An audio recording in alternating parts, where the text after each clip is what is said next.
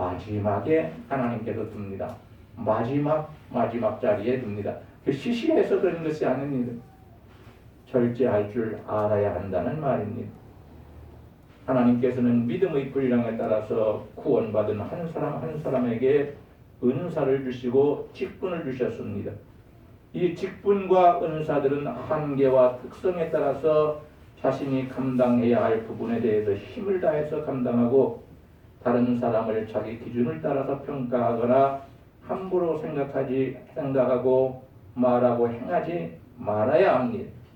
어느 선지자처럼 다만 하나님께 특심이 있고 특별한 열심이 있고 다른 사람은 하나도 없나이다. 이스라엘 나라에 나만 있습니다. 열왕기상 18장 4절 이하에 보면 그렇게 말합니다. 그런데 오베데라는 아주 귀한 나라에서 직분을 가진 왕, 강한 직분을 가진 그 사람이 선지자에게 말합니다. 50명씩 지금 1000명을 내가 숨기고 있으니 100명을 숨기고 있으니 아버지요, 선지자 보고 아버지라고 부릅니다. 아버지요, 혼자라고 말하지 마십시오. 사람들은 교회 안에서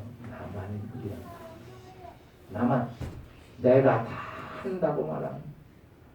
그러나 알게 모르게 다른 사람들도 다 같이 따라와서 일을 하는 것은 그래서 자기가 돋보이게 만들어지는 것입니다.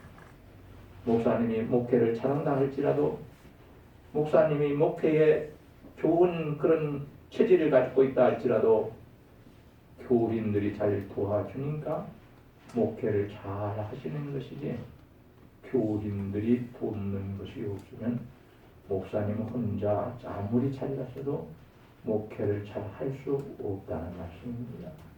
오늘 이 자리에 나와 있는 우리 모두는 구약 시대에 이 엘리야라는 선지자처럼 이런 말을 하지 말고 하나님, 제가 하나님 일에 열심인데 다른 곳에도 하나님을 위하여 열심인 사람이 있을 것입니다.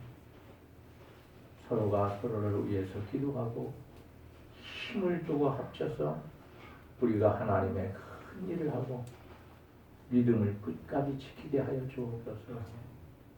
이러한 선지자가 되어야지 다만 특심하고 특별히 열심하고 다른 사람은 하나도 없나이 다 죽었나이다.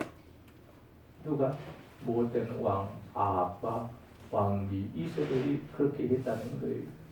그런데 살아있는 100명이 있는데 이것은 어찌할 겁니까? 자기 혼자 일하는 겁니까? 엘리야가 갈멜산에 올라가서 송아지를 잡고 물을 갖다 길어놓고 그리고 하나님의 불이 내려와서 이 재물을 태워달라고 기도할 때에 어떻게 했습니까? 자기 혼자 기도했습니까? 아닙니다. 성경을 보면 저녁 소재 드릴 때에 그랬습니다. 이때는 이스라엘 백성들이 다 고개를 숙여서 하나님께 기도하는 시간입니다. 저녁 소재가 그런 뜻입니다. 그래서 거기 본문에다가 그 말씀을 기록하게 만들어놨습니다. 너 혼자 기도 잘해서 하나님의 불이 떨어져 가지고 그 송아지를 그렇게 태운 것이 아니다. 100명 바알신에게 우상에게 절하지 않고 무릎 꿇지 않은 100명이 있는데 100명이 저녁 소재 드릴 때에 네가 잘 되기를 위해서 네가 하는 일이 승리하기를 위해서 기도함으로 이 일이 잘 되는 것이다. 하나님께서는 그렇게 말씀하시는 것입니다. 여러분, 나만 혼자 교회 일 다 하고 다른 사람은 다 하지 않고 참말입니다.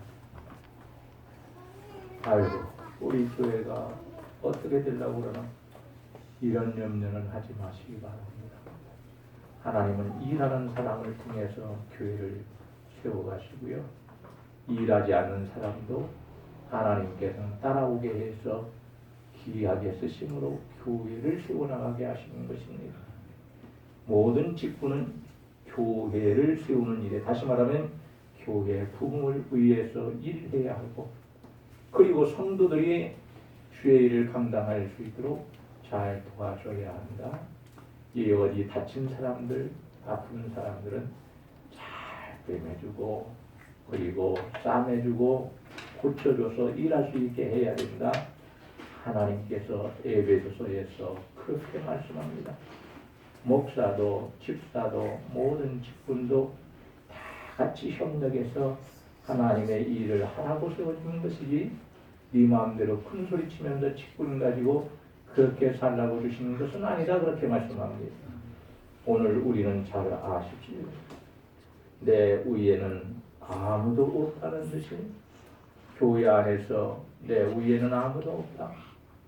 목사도 내 아래고 사무도 나 아래고 권사도 내 아래고 집사도 나 아래고 내가 최고로 높은 사람이다.